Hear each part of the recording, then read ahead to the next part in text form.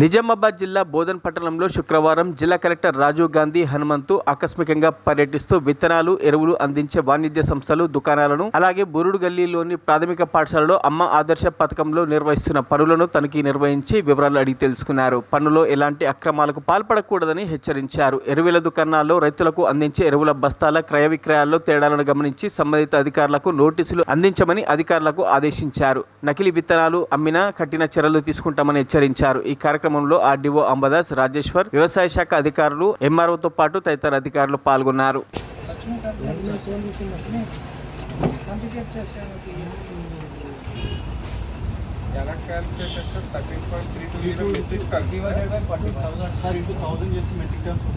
ఒక యూరియా మాత్రం 45 kg packing వస్తుంది సార్, రిమైనింగ్ అని 50. అంటే ఇది మెట్రిక్ టన్స్ ఇది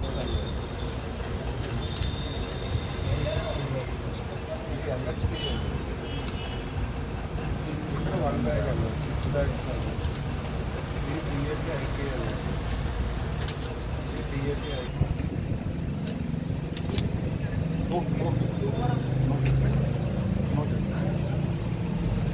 ఓకే చేస్తాం సార్. మరిన్ని అప్డేట్స్ కోసం మా ఛానల్ని సబ్స్క్రైబ్ చేయండి.